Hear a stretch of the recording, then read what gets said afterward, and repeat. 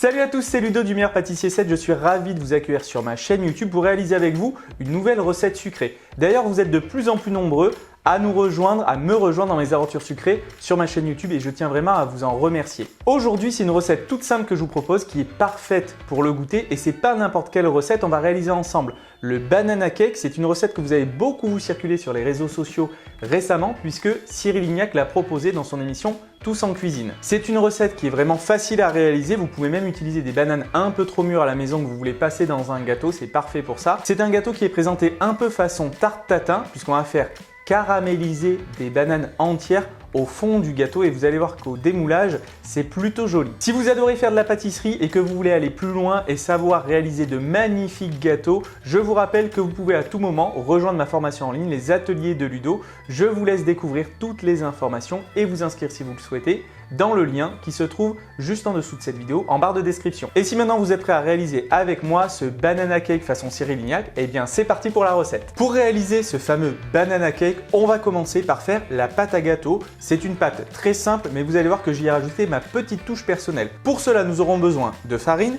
d'une banane et demie bien mûre, environ 200 g, de sucre roux qu'on appelle couramment de la cassonade, de la levure chimique, 2 œufs entiers, du beurre, des noisettes entières et ma petite touche personnelle qui va apporter une petite note de saveur supplémentaire, on va rajouter un peu de rhum ambré.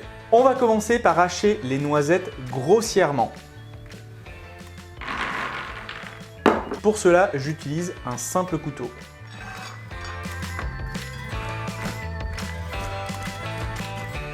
Si vous voulez aller plus vite pour cette étape, vous pouvez très bien utiliser un petit mixeur. Moi, je vous conseille vraiment de ne pas mixer trop finement vos noisettes parce qu'on ne cherche pas ici à avoir de la poudre de noisettes. On veut vraiment avoir des noisettes concassées. Donc, mixez grossièrement pour avoir un peu de mâche, un peu de croustillant dans votre pâte à gâteau.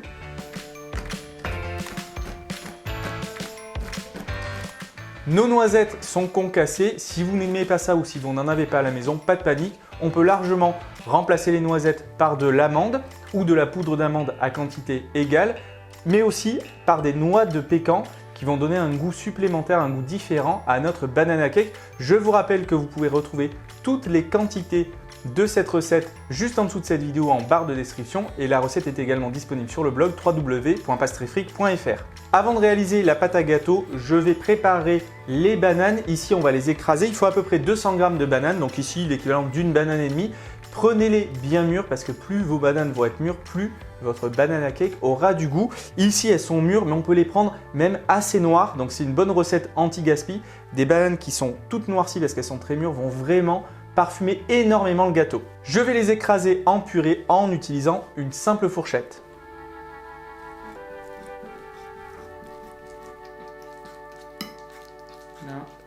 Tous mes ingrédients sont prêts, je peux passer à la réalisation de ma pâte à gâteau. Pour cela, rien de plus simple, je vais casser mes 2 œufs.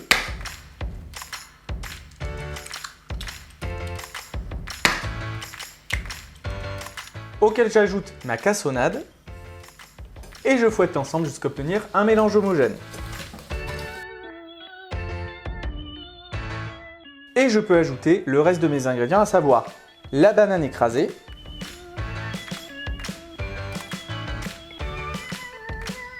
les noisettes hachées, je mélange.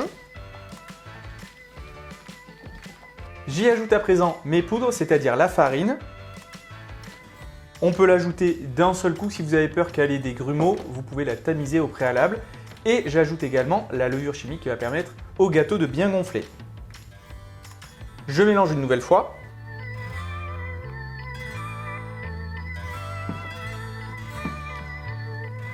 Et je n'ai plus qu'à ajouter le beurre fondu revenu à température ambiante évidemment. Et je mélange à nouveau.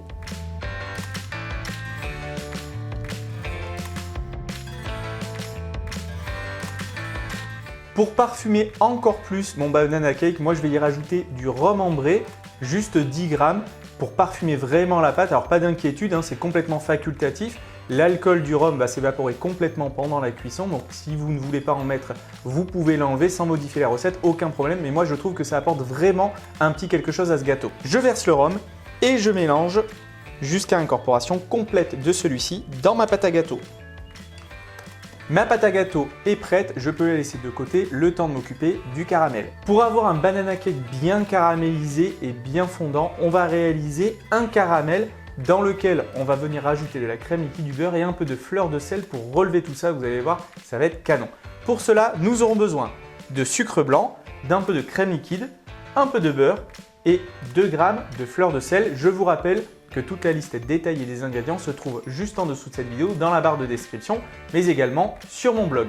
Je commence par réaliser un caramel à sec en versant le sucre dans une casserole. Et je fais chauffer sur feu moyen jusqu'à caramélisation, jusqu'à ce que j'obtienne un caramel à la jolie teinte ambrée. Et surtout, je ne le lâche pas des yeux pour éviter qu'il ne brûle. Mon caramel fume, c'est tout à fait normal, pas de panique. Lorsqu'il a une belle teinte ambrée, je peux couper le feu et ajouter immédiatement la crème liquide bien chaude. Attention au jet de vapeur, reculez-vous.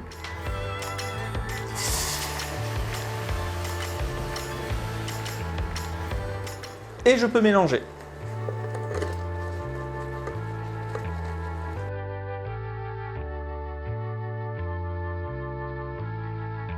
Je n'ai plus qu'à ajouter le beurre et la fleur de sel et je mélange jusqu'à incorporation complète des 2 derniers ingrédients. Okay. Mon caramel est prêt, j'obtiens un caramel bien onctueux, bien gourmand. Je le laisse au chaud le temps de monter le gâteau. Pour monter mon banana cake, j'ai besoin de 3 belles bananes bien mûres mais qui soient relativement fermes parce que je vais venir les couper en deux. Je vais en profiter ici pour réutiliser ma demi-banane que je n'ai pas utilisée pour la pâte. Après avoir pelé mes bananes, je vais simplement venir les couper en deux dans le sens de la longueur et en veillant à ce qu'elles aient la même épaisseur.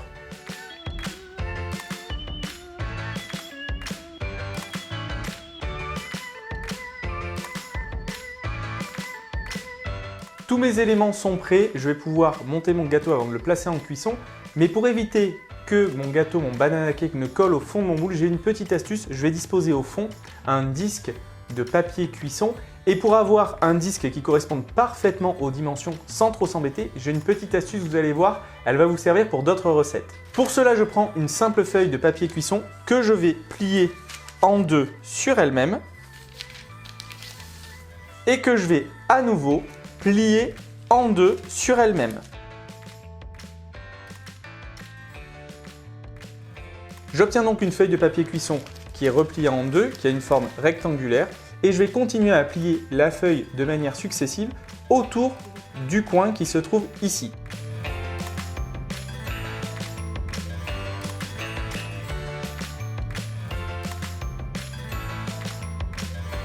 J'obtiens alors un premier triangle et je peux le plier une nouvelle fois en deux pour obtenir un angle encore plus fin.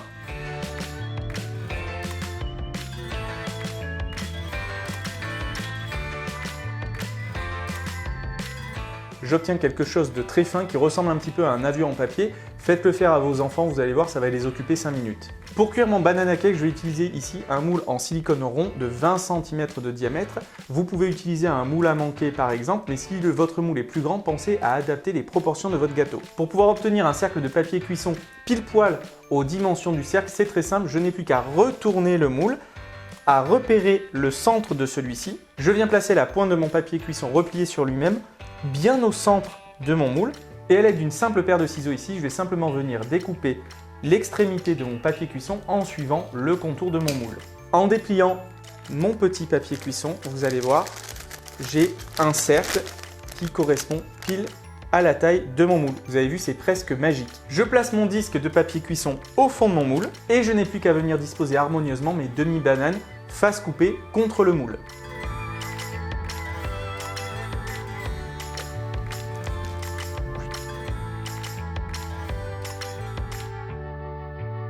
Mes bananes sont bien placées, je n'ai plus qu'à verser par-dessus mon caramel qui est encore tiède. Si jamais il a figé, pas de panique, vous le placez quelques instants sur feu très doux, le temps de lui redonner un peu de fluidité.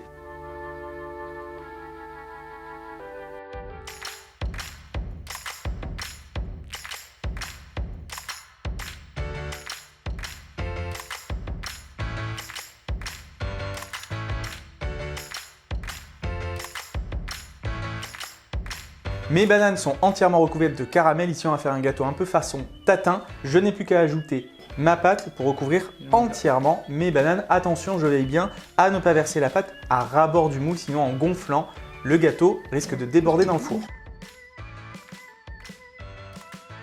Mon banana cake peut partir en cuisson dans un four préchauffé à 155 degrés et je vais le cuire pendant 45 minutes environ.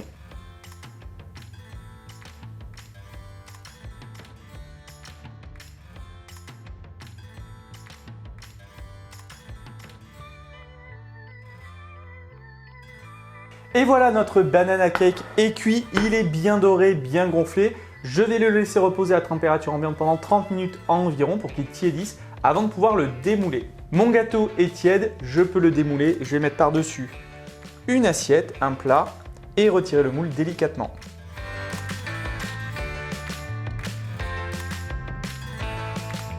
Regardez-moi comme il est beau, il est bien coloré, les bananes ont l'air fondantes, le gâteau moelleux. On voit tout le caramel qui est venu imbiber la pâte à gâteau. Il donne vraiment envie d'être mangé à l'heure du goûter.